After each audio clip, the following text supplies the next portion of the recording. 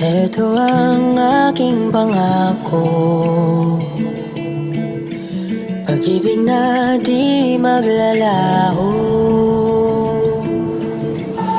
To be patient, to be kind and to be true, to love and to be loved by you. Chika Minute. Grabe ang paayuda ni Belinda Mariano sa kanyang bagong post sa kanyang Instagram account na may caption na Sunset.